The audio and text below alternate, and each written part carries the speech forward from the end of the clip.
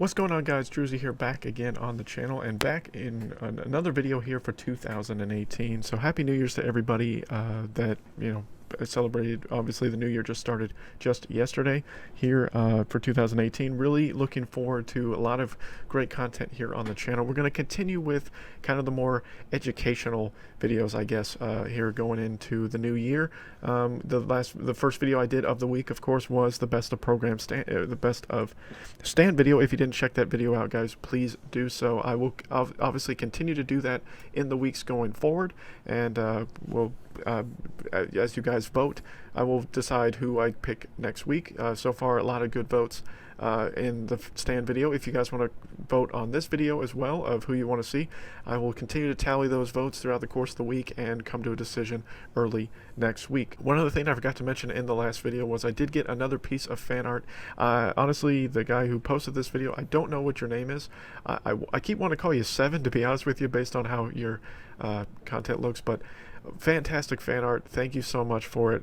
If I have your permission, I will use it as well. If you guys want to continue to make different things, fan art, whatnot, I do appreciate it. It is awesome. Thank you guys so much for the continued support. We're almost up to 800 subscribers as I'm making this video, and that's awesome. I mean, the support has been overwhelming that I've had so far on the channel in just a short amount of time here since Phone Destroyers come out. Mostly has been when a lot of the channel's really grown.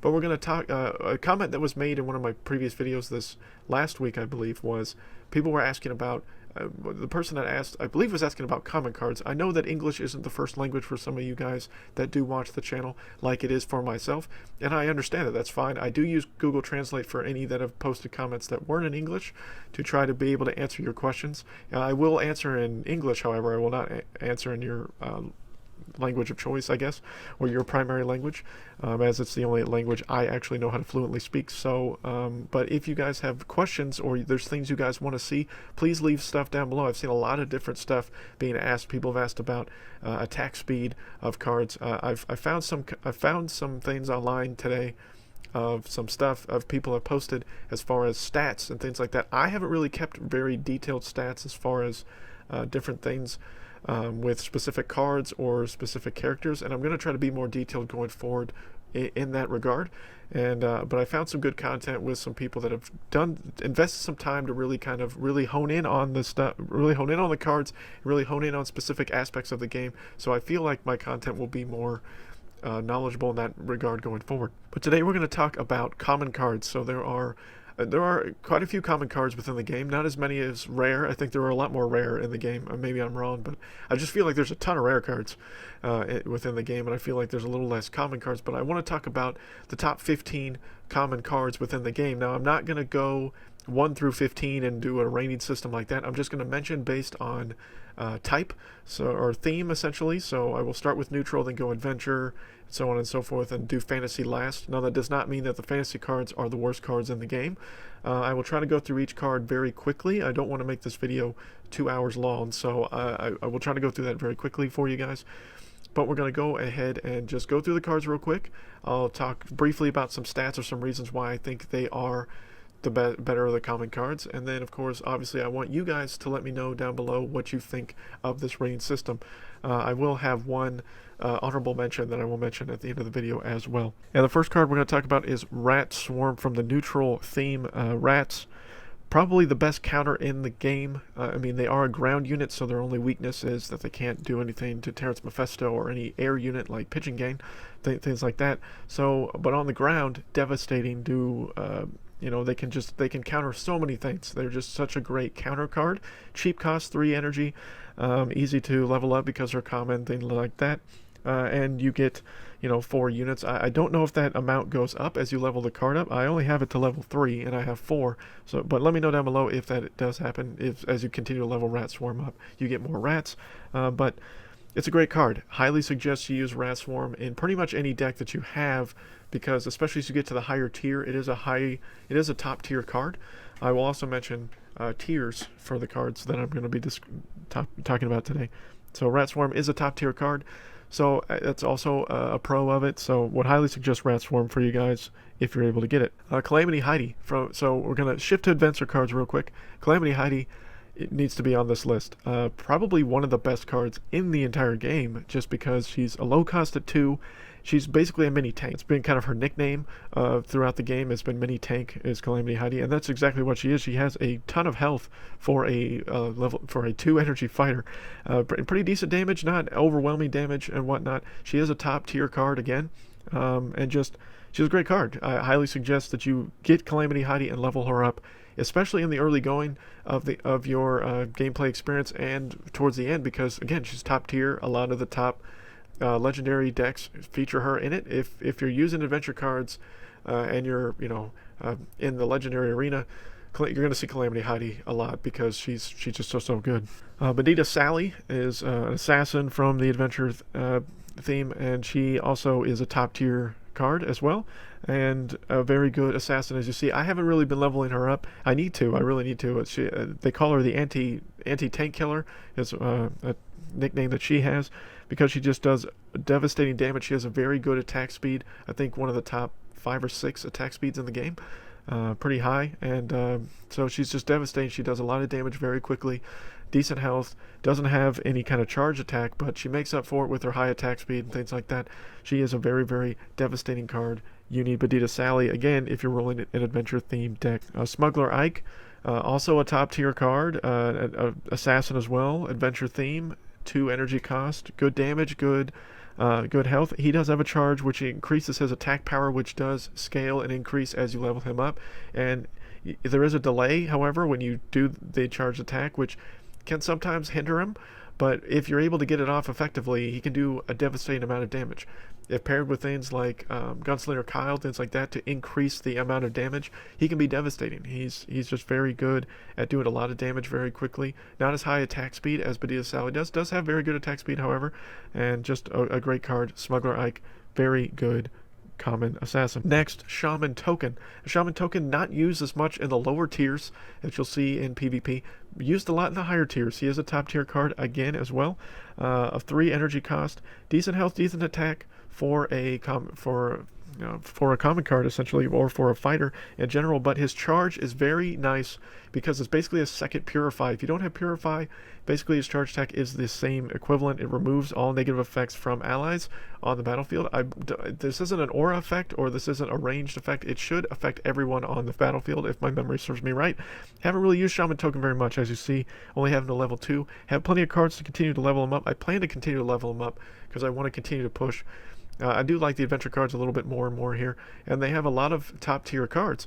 So been trying to use more and more of the adventure cards, and I'm going to get Shaman Token ranked up, but he's very popular in the higher tiers and things like that, so may not be effective for you guys early on. Do suggest trying to progressively level him up, however, and get him more effective for you later on in your gameplay. Next, Astronaut Butters. So Astronaut Butters, again, is an assassin, and one of my favorite assassins in the entire game. He has a Death Wish, which he speeds up all his closest allies, and this will increase the duration as you level him up, things like that. And that increased, basically, speed up is really nice. I really like him a lot. He is a top tier sci-fi deck. Decent attack, good attack speed as well. And things like that. Just a great overall assassin. If you're using a sci-fi deck, he should definitely be in your deck if you're playing sci-fi. He's just a very, very good card. Next, we got Poison. Poison is our first spell that we're going to talk about, and there's only a couple spells in this common best of, or basically top list. And Poison is a top tier card used as well, because for its cost at 3 energy, it can pretty much wipe out almost an entire push. Now, one of the big cons of Poison versus something like Fireball is an immediate damage. So whenever you cast it, whatever it hits, it's immediate damage. So if it kills something, it's going to kill it immediately. But with Poison, it's a dot damage, or damage over time. So it's going to slowly, over the course of seconds, kill an enemy. So it's going to take time. Poison lasts for 10 seconds, but the amount of damage it pumps out over the 10 seconds increases as you level it up. So as you see, I have it at 22 damage per second. So yeah, that's going to be a lot of damage, and it could kill a ton of units, but it's going to take time to do that. If someone has Purify or Shaman Token, then they can just cancel that out right away. With like a Fireball, you can't cancel it. It's immediate. But for its energy cost and the fact that it's a common card, still extremely effective and very widely used for people using sci-fi in the higher tiers, so that's why Poison made the list. And then last for the sci-fi cards, Alien Clyde. Alien Clyde, again, not very popular in the lower tiers of PvP, much more popular in the higher tiers of PvP, because you can use him to kind of to have a Purify cast out because of his Warcry ability. He throws a poison at an enemy. Unfortunately, the enemy has to be activated on the field. If there's no enemies on the field, then his Warcry is basically pointless. He doesn't throw his Warcry at all, which is something I mentioned in other videos. Why did he not fire anything? So he will not fire it at the new kid, he will only fire it at an enemy on the battlefield. But Alien Clyde is underrated as far as his use in the lower tiers, but very effective in the higher tiers, as I've been trying to level him up as well throughout the course of my gameplay here. I would highly suggest using Alien Clyde for you guys if you're using a sci-fi deck. Shifting over to mystical cards, the second spell we're going to talk about, Purify. It is a 1 energy cost, which is very effective, and it clears all area effects within a target area. So this one is an aura-like effect. They did decrease the range or the power range of Purify significantly in one of the more recent updates, but still a top tier card, still a very popular card to be used if you're running mystical decks. Pretty much anyone running mystical is going to be running Purify, so look out for that if you're playing against someone with a mystical themed deck. If you're not running Purify and you're running mystical deck, you're wasting a card slot. So I would highly suggest using it in any mystical deck that you're using, because it can turn the tide of battle for you. It can stop a poison from affecting you. It can stop a regen from happening for an opposing player, things like that. So Purify, very, very effective. Next we got Angel Wendy. Angel Wendy is a ranged mystical card as well. She is a top tier card and very useful at keeping your team alive with her charged ability, where she heals the 3 closest allies on the field. May not be used as popular. She's very good in both PvP and PvE, and maybe not used a lot. She's used a lot in PvP, especially in the lower ranks, because a lot of people want to try to keep their units alive. I really like Angel Wendy. She's one of my favorite range cards in the game, and again, she might be hit and miss as far as people using her within the current meta, but used a lot in Legendary Arena. She is a very effective card. Friar Jimmy. Friar Jimmy is a top tier card. He's great in PvP and PvE. One of my favorite, probably my favorite Jimmy card in the game, and probably I think the best Jimmy card in the game. I did do a Jimmy video, best of Jimmy video as well on the channel. Good health, good damage. Doesn't have the greatest attack speed, but his aura, his ability to heal and keep people alive, very, very effective. Helpful to be used with a tank, or you have a couple of assassins behind him to help him just do devastating damage and take over a match. Would highly suggest using Friar Jimmy. Poseidon Stand. Poseidon Stand is a top tier card, especially for PvP, more so than PvE. Decent health, decent damage. He's a 3 energy cost.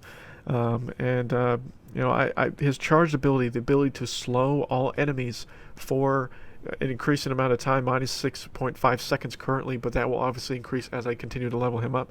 Poseidon Stand, extremely well used for PvP. Like I said, just because that ability to slow can turn the tide of battle for you guys. It can lower their attack speed, allow you to be able to do more damage and be more effective for a brief period of time. Obviously, as you continue to level up the cards, would highly suggest using Poseidon Stand. I was not sold on Poseidon Stand for a long time. Started using them in the most recent event that we had, the last Mr. Hanky event, and started to fall more and more in love with them. I do like Poseidon Stand a lot. We'll probably integrate them more in some of my mystical decks going forward. Now we're transitioning to fantasy decks, and the first fantasy we're going to talk about is Paladin Butters. He is an assassin from this theme. 2 energy cost, again, very good attack speed. I think one of the better ones for the Butters cards. And his Death Wish gives invincibility for a brief period of time to his closest ally and or leader. So the closest person on the battlefield to him will, once he dies, will get a invincibility shield for an increased amount of time. Mine currently is 3 seconds. Paladin Butters, great. Harder to level up these fantasy cards, of course, but Paladin Butters, if you have a fantasy deck, you're rolling a fantasy deck, highly suggest using Paladin Butters. Very strong to use. Next, we have Princess Kenny. Princess Kenny is, I believe, one of the top 3 attack speeds in the game. A 2 energy assassin as well. She is harder to get because Princess Kenny, you have to be 40 rank PvP to unlock her, or to have the ability to unlock her. So she is harder to get, but she is a top tier card, and very good damage, good good health, and her Death Wish basically makes the unit that kills her basically pointless for 10 seconds. I assume that duration will increase as you level up Princess Kenny, but whoever kills her basically can do no damage for a brief period of time. Can be effective at helping you stop a range unit possibly for a temporary period of time, like maybe Nathan, where Nathan can't attack for a few seconds, that maybe be able to get to where you can now hurt him and or get through the tank that he's protecting to then get to him quicker, things like that. Just very good counter card, things like that. Princess Kenny, very useful. And last from the fantasy theme, and probably last from this top 15 list, is Stan the Great. Stan the Great is a top tier card as well from the fantasy theme. Great fighter card. His charge ability is very nice at lowering the damage for all enemies. He's useful in both PvP and PvE. I think he's better suited for PvP than PvE in my opinion, but he can just lower the damage, a lot of damage, for a multitude of different enemies for a good period of time to help you turn the tide of a fight and be able to stop range units and different things like that from just decimating you, or stop swarm units from hurting you as badly with like rats or pitch and gain and things like that. So he's just a very versatile card, very strong. Would highly suggest using Stan the Great in any fantasy deck that you're rolling. And my honorable mention for the common cards is going to be Gunslinger Kyle. He's not a top tier card. He's considered a mid tier card. He's great for PvP and PvE in my opinion. He doesn't have the greatest attack speed though for a range card. It's a little bit delayed, but his charge ability is so good in both PvP and PvE to be able to boost the amount of attack damage that all the people on your team have that are active on the battlefield at the time, which is why I like him so much. I think he's very necessary in most PvE, like grinding decks, things like that, where adventure cards really shine very well in the PvE arena, but he's good in PvP as well. I like Gunslinger Kyle, but because he's not considered a top tier or card and things like that, and all the rest I believe were that I mentioned, so I had to kind of put him as an honorable mention for this thing. But let me know down below, guys, what you think of these cards, of this breakdown list of the top 15 common cards. I will try to continue with rares, possibly next week or the week after. Then I will probably do epic cards after that, and then I might do legendaries. I may or may not do legendaries just because I don't have all the legendaries yet. I'm missing, I believe, 3 legendaries currently that are within the game right now, and maybe I'll wait until I have more of them to come up with my list of it. I try to go based on popularity of different things, of what people are doing, what people are saying in the social media platforms, things like that, as far as these cards. But I know some of you are going to disagree with me, and that's fine. Please let me know what you think down below. But I feel very confident about this list, and I feel like I gave good information and good reliable reasons as to why these cards are, should be used in your decks. Obviously, you can't use all these cards because you can only use 2 themes at a time, but a lot of them are versatile in multiple different, whether it's PvE or PvP, whatever you're trying to focus on, and would highly suggest you use these cards and integrate these cards in those decks fittingly as you're playing those different themes. But again, let me know down below what you guys think. Continue the great support. For you guys have been so amazing for the last few months, and hopefully this continues now for the rest of 2018 here, guys, on our first full year of YouTube here for myself. But thank you guys so much. Until next time.